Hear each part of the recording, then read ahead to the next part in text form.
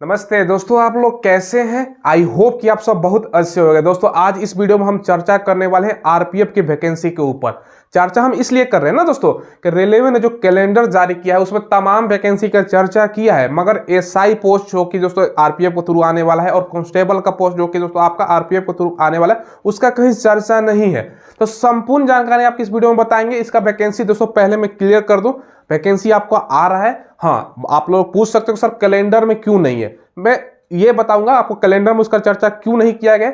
Form भी दोस्तों आपका बहुत जल्द स्टार्ट होने वाला है, सारा कुछ आपको बताएंगे। पहले दोस्तों एक चीज ध्यान रखिएगा, अभी वर्तमान में जो एएलपी का वैकेंसी आया है जिसका लास्ट डेट दोस्तों आपका फरवरी के 18 तारीख तक है, इसका कैलेंडर में चर्चा है। इसके अलावा जो नेक्स्ट वैकेंसी आपका आ रहा है दोस्तों टेक्नीशियन का, उसका भी डेट बताया गया है कि भैया अप्रैल से लेके आपका जो फॉर्म भरा जाएगा ना, जून तक आपका फॉर्म भरा जाएगा। इसके अलावा यहां तक कि रेलवे का तमाम वैकेंसी, एनटीपीसी का वैकेंसी, जेई का जो वैकेंसी है, इसके अलावा दोस्तों जो पैरामेडिकल जो होता है ना दोस्तों कैटेगरी का, वो भी दोस्तों वैकेंसी का चर्चा है कि वो भैया जुलाई से लेके आपका सितंबर तक आपका रहने वाला है। और सबसे भी बढ़कर जो रेलवे में दोस्तों ग्रुप डी का वैकेंसी है ना, उसका भी बताया गया है कि अक्टूबर से लेकर दोस्तों दिसंबर के बीच में। ये तमाम रेलवे ने ऑफिशियल वेबसाइट पर जारी किया है। देखिए ये ऑफिशियल मैं आपको कैलेंडर दिखा रहा हूँ, देख सकते हो, आप लोग पढ़ भी सकते हो। ठीक है, सबसे पहले जनवरी में आपका जनवरी से मार्च तक एएलपी का है, उसके बाद आपका टेक्नीशियन का हो गया। जुलाई से सितंबर के बीच में आपका एनटीपीसी ग्रेजुएशन लेवल और दोस्तों आप 12th लेवल होता है, जूनियर इंजीनियर और पैरामेडिकल कैटेगरी है।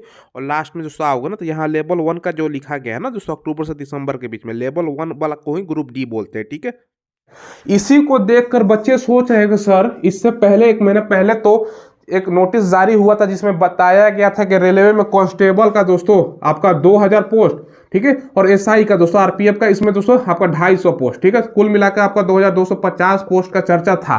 लेकिन कैलेंडर में ये क्यों शामिल नहीं किया गया है, आपको मैं शुरू में बता दूं। कैलेंडर में इसलिए शामिल नहीं किया गया है ना, क्योंकि दोस्तों ये जितना भी है इसका एग्जाम दोस्तों आरआरबी कंडक्ट करवाता है, आरआरबी निकालता है। जबकि आपका जो आरपीएफ का वैकेंसी है ना, हालांकि एग्जाम तो आरआरबी ही कंडक्ट करवाएगा, मगर दोस्तों इसका फिजिकल होता है जो कि आरपीएफ खुद कंडक्ट करवाता है, इसलिए कैलेंडर में इसको शामिल नहीं किया गया है। सारा कुछ आपको बताएंगे, कब से अप्लाई हो रहा है दोस्तों, सारा कुछ, और पोस्ट भी बढ़ने वाला है दोस्तों, इसी कारण थोड़ा बहुत देरी हो रहा है। पहले बेसिक डिटेल्स हम आपको स्टार्ट करते हैं, उसके बाद कब से अप्लाई होगा सारा कुछ बताते हैं। आप लोग चैनल को सब्सक्राइब कीजिएगा दोस्तों, हम लेटेस्ट वैकेंसी का आपको इन्फॉर्मेशन प्रोवाइड करवाते हैं। सबसे पहले जैसे दोस्तों आपको मैं बताऊं कि इसमें कितना पोस्ट हो सकता है। देखो कांस्टेबल के लिए दोस्तों जैसे मैंने बताया कि एक नोटिस जैसे आया हुआ था जिसमें 2000 पोस्ट था, प्लस में दोस्तों अगर हम बात करें ना एसआई का दोस्तों मात्र 250 पोस्ट। अब इसी के कारण थोड़ा बहुत डिले हो रहा है, क्योंकि एएलपी को लेकर इतना कम पोस्ट था, बच्चों ने बवाल किया, तो इसके कारण दोस्तों सारा तमाम चीजें कैलेंडर वगैरह रेलवे को निकालना पड़ा, सरकार को निकालना पड़ा। तो मुझे जहां तक लगता है कि वैकेंसी इंक्रीज होकर आएगी, इसलिए थोड़ा बहुत डिले हो रहा है दोस्तों। तो इसमें 5000 के आसपास आपको पोस्ट देखने को मिल सकता है। आपको 2250 तो फिक्स है, इतना तो ऑलरेडी आपको जारी किया गया है, लेकिन 5000 तक आपका पोस्ट जा सकता है। 500 और 250 रुपये आपको लगता है क्वालिफिकेशन। मैं केवल आपको कांस्टेबल का बता देता हूँ फटाफट। 10th पास होता है, 18 से 25 साल, और ओबीसी का 18 से 28 और SC/ST को 30 साल। अब क्योंकि दोस्तों एज में एक्स्ट्रा आप लोग देखोगे 3 साल का छूट मिला है एएलपी में। कब मिला है, जबकि मांग किया गया था कि सीट बढ़ाओ दोस्तों और दोस्तों एज में छूट दिया जाए। तो भैया रेलवे का इस साल जितना भी वैकेंसी है ना, सब में जहां तक मुझे लगता है कि 3 साल एज में छूट आपको मिलेगा। ये चीजें हैं। अब देखिए इसका पहले सिलेबस मैं आपको बता देता हूं। इसमें दोस्तों 120 क्वेश्चन पूछा जाता है, 120 नंबर का, 90 मिनट का समय होता है, 1/3 नेगेटिव मार्किंग होती है। सवाल क्या क्या पूछा जाता है भैया, रीजनिंग से 35 क्वेश्चन, मैथ से 35, जीके और जीएस का भैया भूमिका 50 क्वेश्चन का है। तो भैया जीके जीएस आपको पढ़ना पड़ेगा, ठीक है। अब देखिए दोस्तों, पहले मैं आपको आरपीएफ की तैयारी करने के लिए बुक बता देता हूं। अगर आपको आरपीएफ की तैयारी अभी से स्टार्ट करनी है ना, तो इसके लिए आपको भैया प्रैक्टिस सेट लगाना बहुत जरूरी है, और इसके लिए आपको चक्षु पब्लिकेशन का बुक लेना है। ठीक है, ये जो बुक आप देख रहे हो ना, अकॉर्डिंग टू सिलेबस, भर्ती परीक्षा 2024 के अकॉर्डिंग टू सिलेबस आपका ये बुक होने वाला है। सारा का सारा सिलेबस कवर किया गया है। इसमें आपको 20 प्रैक्टिस सेट से आपको आइडिया लगेगा कि इस टाइप का प्रश्न एग्जाम में पूछा जाता है। और 5 सॉल्व पेपर के अलावा दोस्तों 25 से ज्यादा बहुविकल्पीय प्रश्न इसमें शामिल है। ठीक है, और दोस्तों साथ में एएलपी का भी वैकेंसी निकली हुई है, तो चक्षु पब्लिकेशन का एएलपी का भी बुक आता है, स्टडी गाइड और प्रैक्टिस ये भी ले सकते हो एएलपी की तैयारी करने के लिए। और साथ में दोस्तों सब्जेक्ट वाइज, जैसे आपका रीजनिंग का हो गया, मैथ का हो गया, और दोस्तों ये समान ज्ञान, इसका भी चक्षु पब्लिकेशन का बुक आता है, तो सब्जेक्ट वाइज भी आप तैयारी कर सकते हो। ठीक है, इन सब का लिंक दोस्तों वीडियो के डिस्क्रिप्शन में मैंने प्रोवाइड करवा दिया है, तो वहां से ऑनलाइन ले सकते हो, या नदी के बुक शॉप अवेलेबल है, वहां से भी ले सकते हो। बाकी मिनिमम पास करने के लिए ये है, इसको भूल जाइए दोस्तों। ठीक है, इससे काम नहीं है चलने वाला, क्योंकि मेरिट भैया इसी पर बनता है। ये मिनिमम से बच्चों का थोड़ा बहुत कन्फ्यूजन, सर इतना ला देंगे तो हमारा नौकरी हो जाएगा, नहीं भैया, हमें इसलिए मैं आपको बता देता हूँ कि नोटिफिकेशन में इतना लिखा रहता है कि मिनिमम पास करो, इससे काम नहीं, ज़्यादा से ज़्यादा नंबर लाओ ताकि आपका मेरिट बन जाए। तो ये दोस्तों इसमें देखो इंग्लिश का कहीं चर्चा नहीं है, इंग्लिश रेलवे में नहीं पूछा जाता, ये सिलेबस आपको मैंने बता दिया। अब देखिए आप लोग पूछोगे सर अप्लाई कब से होगा, सारा कुछ आपको क्लियर कर रहा है। देखो अभी यहाँ पर कैलेंडर का मैं जैसे मैंने आपको लिख के बताया, रेलवे का 18 फरवरी तक है, टेक्नीशियन का अप्रैल से जून तक है दोस्तों। तो मार्च का एक महीना आपको मिलता है कि भैया मार्च तो एक महीना खाली है, ठीक है, मार्च का महीना आपके लिए है। तो मुझे जहां तक लगता है अगर आरपीएफ का आना हो तो मार्च के महीने में ये लोग दोस्तों नोटिस डाल सकते हैं, ठीक है, ठीक है। मार्च में नहीं डालते हैं तो ये दोस्तों जो आपका एनटीपीसी है, आपका ये टेक्नीशियन है, अप्रैल से जून के बीच दिया गया है, जरूरी नहीं कि अप्रैल में, हो सकता है अप्रैल में एक नोटिस जारी करे, जून से स्टार्ट हो दोस्तों, ठीक है, ठीक है, मई से स्टार्ट हो जून तक आपका जा सकता है, ये भी हो सकता है इसके बीच में। तो अभी बहुत सारा दोस्तों आपका समय है, तो मार्च में भी आ सकता है, नहीं तो अप्रैल में आपका ये लोग देंगे वैकेंसी, ठीक है, कि रेलवे का तमाम वैकेंसी।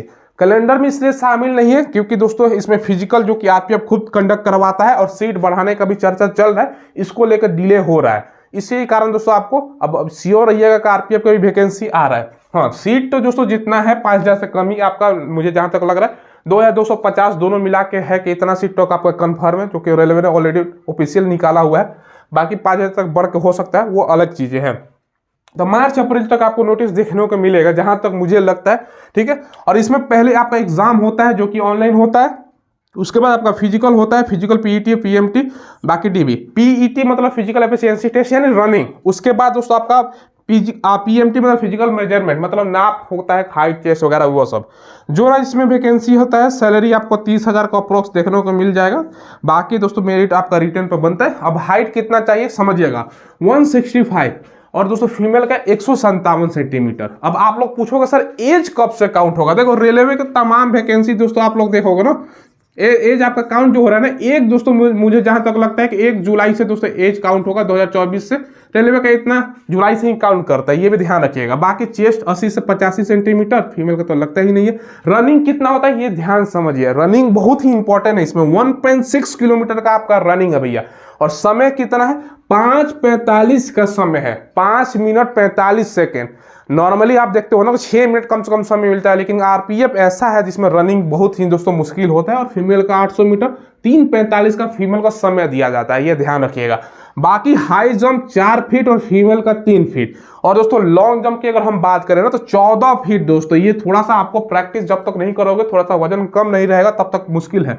बाकी 9 फीट फीमेल का, ये फिजिकल है। पहले दोस्तों ये ध्यान रखिएगा, पहले जो वैकेंसी आएगा तो दोस्तों यहाँ पर देखो, जैसे मैंने जो आप मार्च अप्रैल में रिटर्न, उसके बाद 2 महीने के अंदर आपको मेरे ख्याल से ले लेंगे ये, उसके बाद आपका फिजिकल के लिए 1.5-2 महीना और समय मिलेगा। कुल मिला के कितना समय है।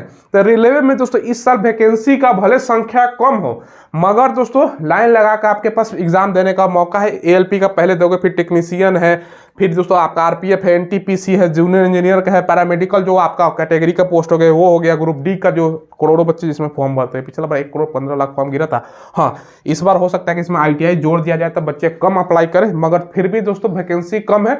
मगर दोस्तों ये ध्यान रखिएगा, वैकेंसी कम है तो आपका भैया हो सकता है ना, वैकेंसी कम है, बहुत कम है। पिछला बार जहां देखो एनटीपीसी का दोस्तों जहां तक मुझे याद आ रहा है कि 35,000 था, ठीक है। बाकी एएलपी टेक्नीशियन मिला के 63,000 से ज्यादा पिछला बार वैकेंसी था।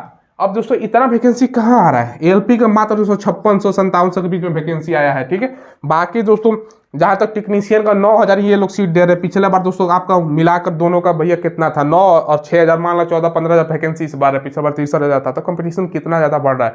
तो भैया आप लोग तैयारी जी जान से करो, ऐसा नहीं है नहीं करोगे फिर जॉब नहीं लगेगा। और आरपीएफ में दोस्तों ये भी ध्यान रखिएगा, आपको जी तोड़ मेहनत करना है, क्योंकि बहुत सारे बच्चे अप्लाई करते हैं।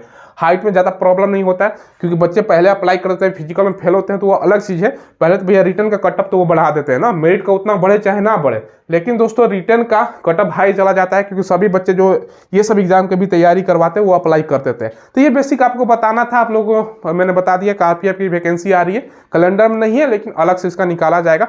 चलिए दोस्तों फिलहाल बस वीडियो में इतना ही, कोई सवाल हो तो पूछ लीजिएगा और चैनल को आप लोग जरूर सब्सक्राइब कीजिएगा। हम लेटेस्ट वैकेंसी का आपको इन्फॉर्मेशन प्रोवाइड करवाते हैं। धन्यवाद।